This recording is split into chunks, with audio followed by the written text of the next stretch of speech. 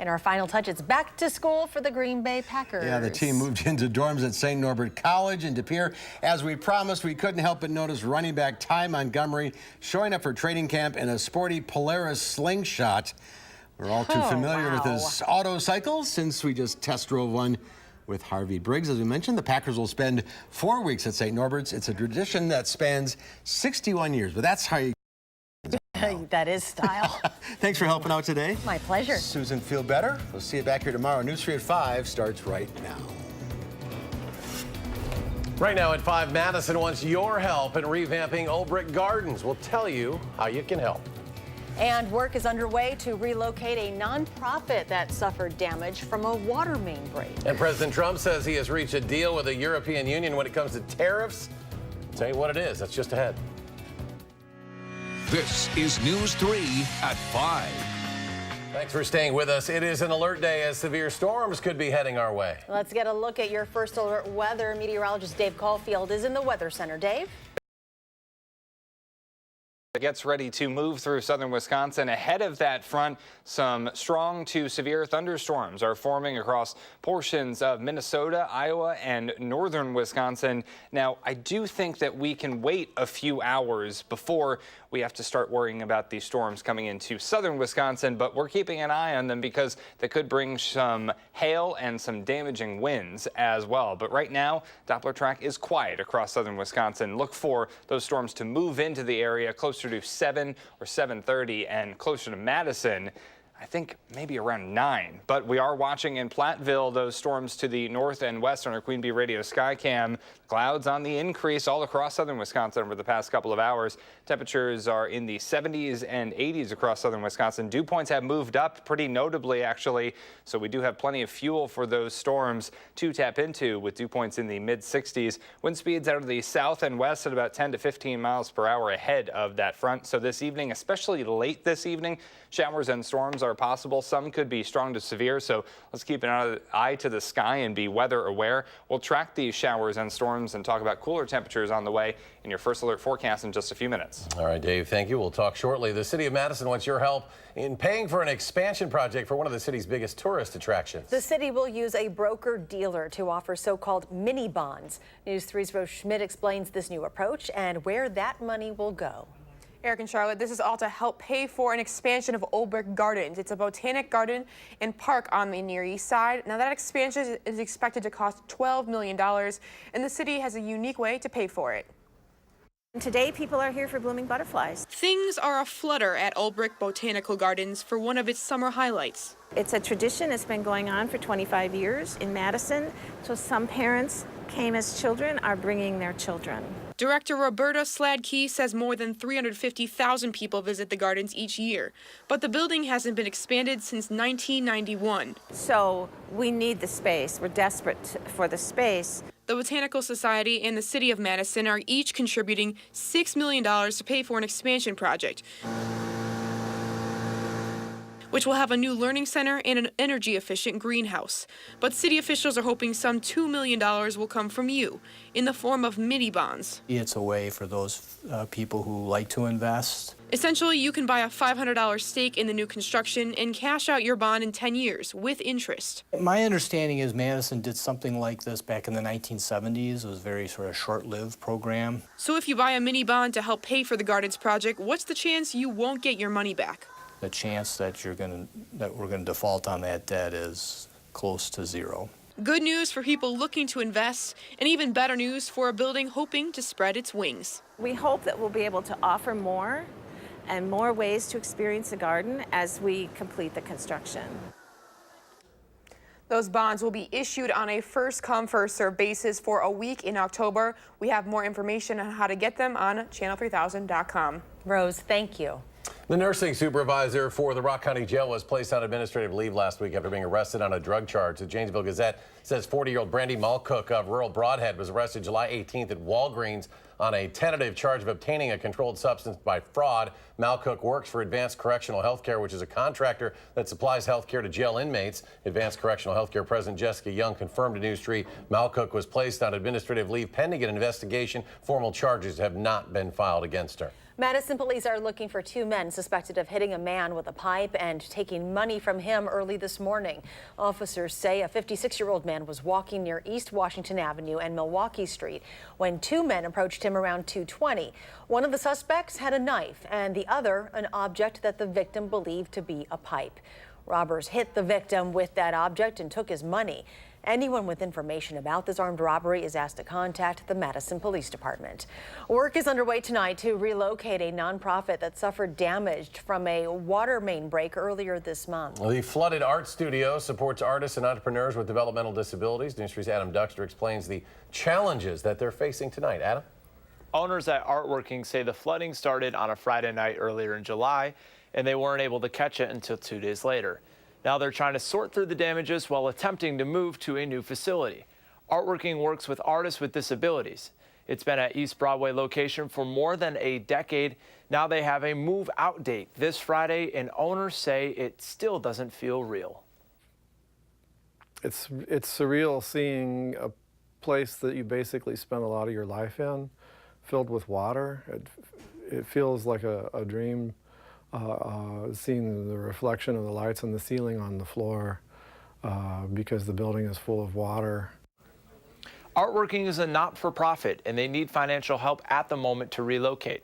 There's currently a GoFundMe set up to help. You can find a link to that on our website, channel3000.com. We'll have more on this story, plus a closer look at the damages later at 6. Unfortunate situation. Hope for the best there. Adam Duxter in our news center. Adam, thanks. Another Madison Alder has announced she is resigning. Alder Sarah Eskridge, who serves District 13, announced she's leaving after 3 years as an Alder. Eskridge says she has accepted an executive position in Brookfield. Former Council President Denise DeMarb resigned last month. Longtime Alder Mark Clear is leaving this summer as well. Eskridge says her last day is August 8th. The Wisconsin Department of Justice announced another round of school safety grants today. The Verona Area School District received over $270,000 for safety upgrades to schools there. A spokeswoman for the district says that money will go towards safety training for staff, shatterproof glass in schools, additional cameras, and buzz-in systems at the entry lobbies at 2 elementary schools. A donation is helping provide more fresh food to local communities. United Healthcare is giving a $700,000 grant to Feeding Wisconsin. The grant is going towards purchasing 50 refrigeration units to food pantries across the state, as well as funding training programs on how to handle and market fresh produce. Without those refrigeration units, unfortunately, fresh produce is just not available to be moved on to people so that they can have that fresh and healthy food. In Wisconsin, United Healthcare has awarded nearly $2 million in grants to local organizations. A new study out this week from UW-Madison is emphasizing parents need to make sure their young athletes aren't overdoing it in one sport. UW-Madison researchers recommend not playing a single sport for more than 8 months a year. They say you can break it up by playing for 3 months, then taking a month off. Experts say children can play the same sport about the same number of hours a week as their age. For example, 10-year-olds should only participate in sports for about 10 hours a week. The biggest finding, which isn't much of a surprise, is that highly specialized athletes spend a lot of time at practice, and along with that, traveling. Experts say too much can also keep young athletes from getting the rest they need. Sleep is one of the best recovery tools that we know of. So we know that athletes who can get 8 to 10 hours of sleep per night actually report being less fatigued and having better wellness scores the next day. So sleep is really a really powerful tool that youth athletes can use to kind of counteract the negative effects of training. Dr. Bell says it's also important for your child to take a day or 2 off every week. A Madison trampoline play space closed suddenly this week. The Rock and Jump Trampoline Park posted on Facebook that it closed yesterday. The 31,000 square foot space at 2700 Novation Parkway included a rock climbing wall, open jump area, slam dunk basketball zone, and 2 dodgeball courts. And it specialized in birthday parties. In the post, the company said it would start reaching out Wednesday, that's today, to anyone who had a party or event scheduled to provide help booking elsewhere or to coordinate refunds. President Trump sat down with the president of the European Commission to discuss trade this afternoon, and after more than 2 hours, they reached an agreement on tariffs. following threats by both sides in what appeared to be an escalating trade war. The EU agreed to import more U.S. soybeans and liquefied natural gas. Last month, the U.S. placed tariffs on imported steel and aluminum from Europe, Canada, and Mexico. The meeting comes a day after the Trump administration announced $12 billion in aid to farmers hit hard in the escalating trade dispute with China. That plan is receiving bipartisan criticism. It's just a drop in the bucket of what's going to be needed if we continue down that road. The president's bailout is like a Soviet-style program where the government props up an entire sector of the economy. The president meets with representatives from Canada and Mexico tomorrow to renegotiate the North American Free Trade Agreement. He has said he wants to pull out of that agreement. Lawmakers want Secretary of State Mike Pompeo to tell them everything about President Trump's private meeting with Vladimir Putin. It's been more than a week since the Helsinki summit, and the White House has been vague on details. Senators asked if the president promised to relax sanctions on Russia.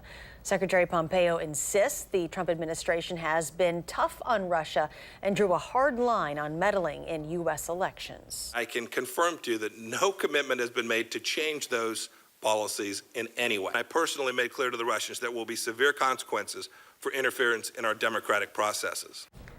Today, the White House backtracked on a second meeting between President Trump and Putin this fall, pushing it until after the new year when, quote, the Russia witch hunt is over. And there's more to come on News 3 at 5 up next. After 7 weeks in a detention facility, an immigrant from Ecuador is reunited with his family. And dangerous wildfire conditions are causing evacuations at Yosemite National Park. We'll bring you the latest. And on Wall Street, the deal with the European Union sent the Dow on a late-day rally, closing up 172 points. The Nasdaq added 91.5. The S&P 500 rose 26. We'll be right back.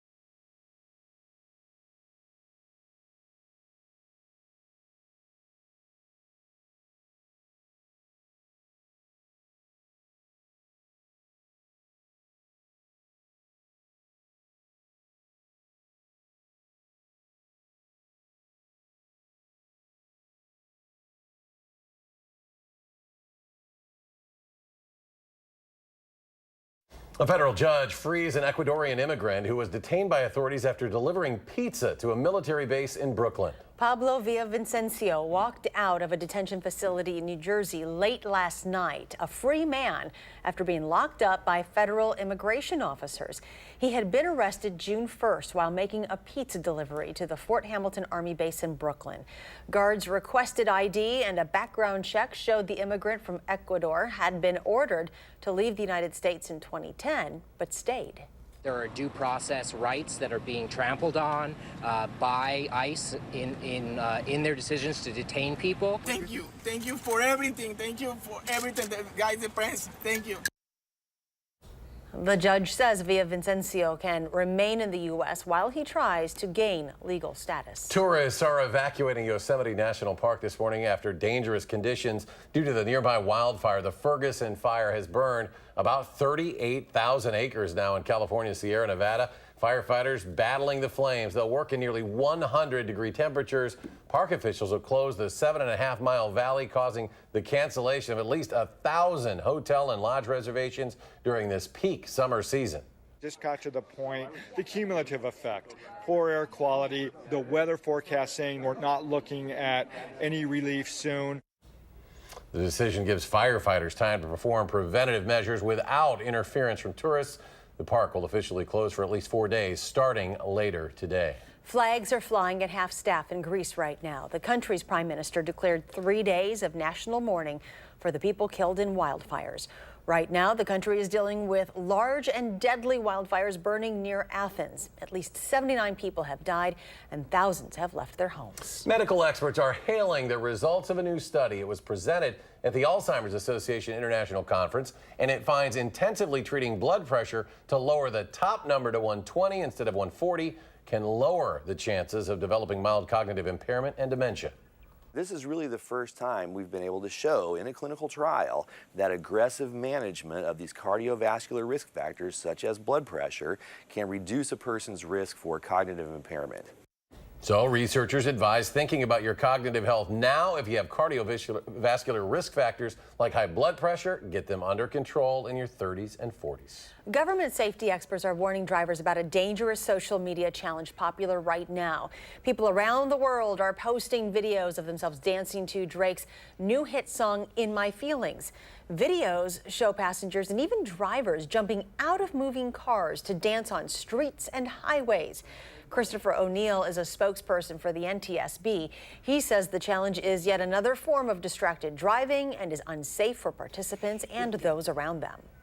There's a time and place for everything, but our nation's highways and roadways are not the place for you to display your dance moves. Do them on the dance floor. The NTSB says distracted driving accounts for 10% of the more than 37,000 fatalities that occur on U.S. roadways every year. All right, we turn now to meteorologist Dave Caulfield on the backyard patio, and we've got some weather moving into south central Wisconsin this evening, Dave. Yeah, we have seen really the clouds and humidity on the increase over the past couple of hours, Eric and Charlotte. We started the day off with plenty of sunshine. Now not the case for many of us. The good news is that rain still at least a few hours away to our north and west, but some of us under a severe thunderstorm watch until 11 p.m. this evening, and we are all under an alert day for southern Wisconsin for this evening and tonight for the threat of some strong to severe thunderstorms, large hail and damaging winds, the main threats with these thunderstorms. And on visible cloud track, you can see over the past couple of hours, those storms start to fire up closer to northwestern Wisconsin into southeastern Minnesota and northern Iowa on the I thought radar was coming next, honestly, but we can also look at these Kelvin Helmholtz clouds that I took this picture in the News 3 parking lot earlier this afternoon. You could see those kind of wave-looking clouds. Some people thought they looked like sea otters, so I like that very much. But really what those tell meteorologists is there's a lot of wind shear in the atmosphere and some instability as well. It's just another signal that severe storms could be possible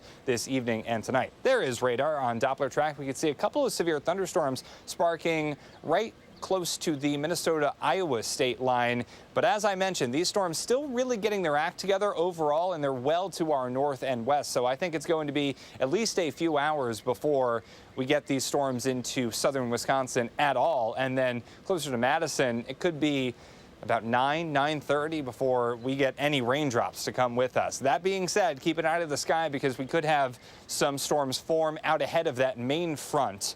That front that is moving through the area. Severe thunderstorm watch, as I mentioned, until 11 p.m. for the counties that you see shaded in pink. Now, just because you're not in a severe thunderstorm watch doesn't mean severe weather will not come your way tonight. So be weather aware, keep an eye to the sky, and just be careful out there if you do have plans. They should be fine, but we'll have to definitely keep an eye out for things. So, as I mentioned, the main threats are going to be some strong, damaging, gusty winds of 60 miles per hour or over, and maybe some large hail, at least at the start of these storms, scattered storms lasting into the wee hours of Thursday for some of us.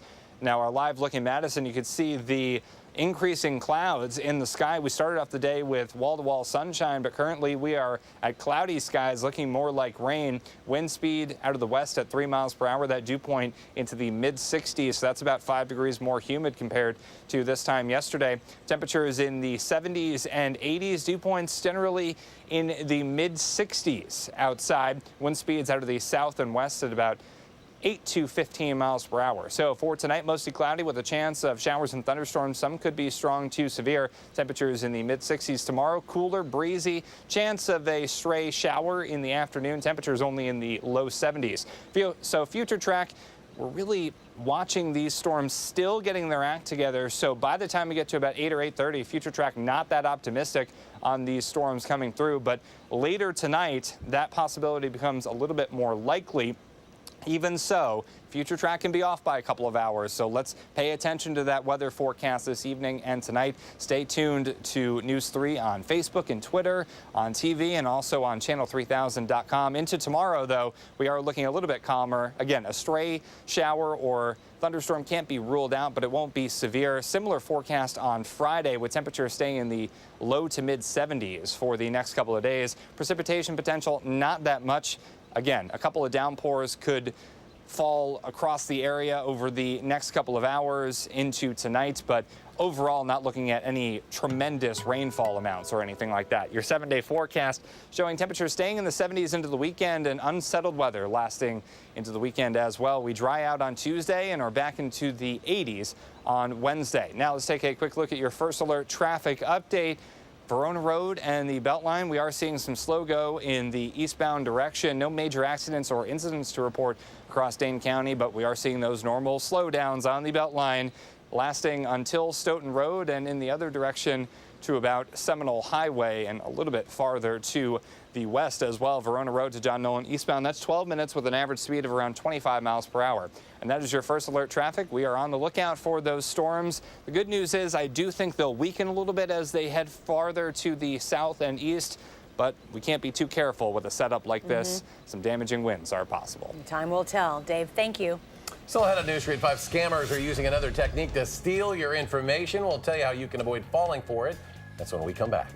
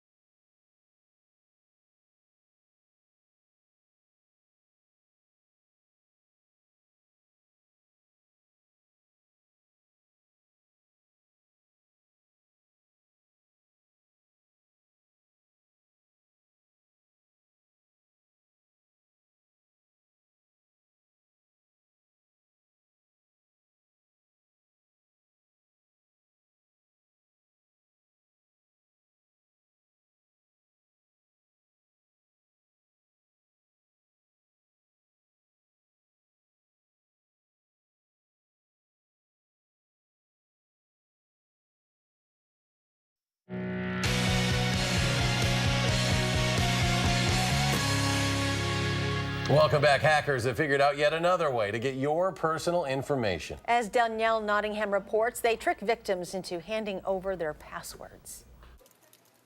It's the latest version of the phishing scam.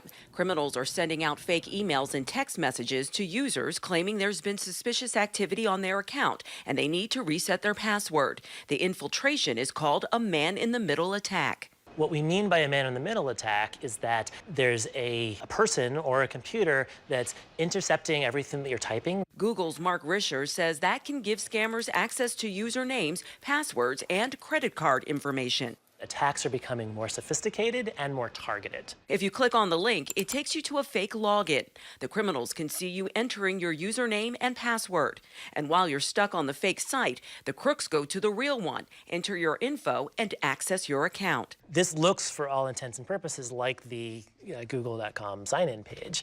Risher showed us examples of Google login pages that look like the real thing. The only warning sign is the address ends in a TK.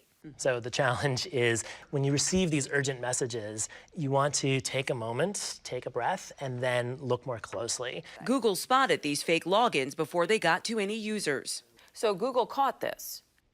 That's correct. Google caught this, and we protect our users in our system. But again, I've used only a Google example. There are many, many sites out there and many attackers trying to do this type of attack. Risher says it's important to never click on a link you have doubts about, a simple step to help keep your data safe. Danielle Nottingham, CBS News, Mountain View, California. Many browsers, including Google Chrome, often will warn you about a suspicious site before you go there. We'll have one final check at tonight's severe weather outlook. That's in a moment. Stay with us.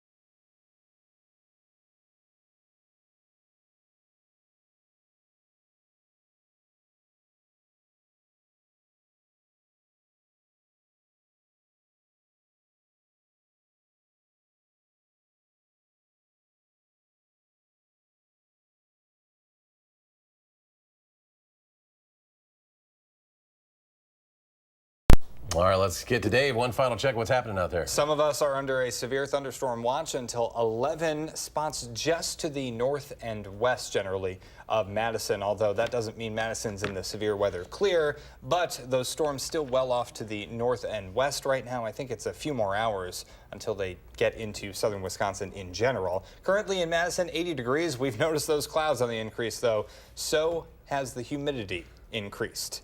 Additionally, with temperatures in the mid-60s for dew points, temperatures in general are in the 80s and 70s across the area, dew points in the mid-60s. And as we head into tomorrow, after the severe weather is done, just a few clouds, variably cloudy skies, temperatures much cooler in the low 70s, maybe a stray shower Thursday and Friday, and then Saturday and Sunday and Monday, some more chances for showers and storms. All right. Thank you. Thanks, Dave, and thank you for joining us. We're back in 30 minutes with more updates on News 3 at 6. The CBS Evening News is next.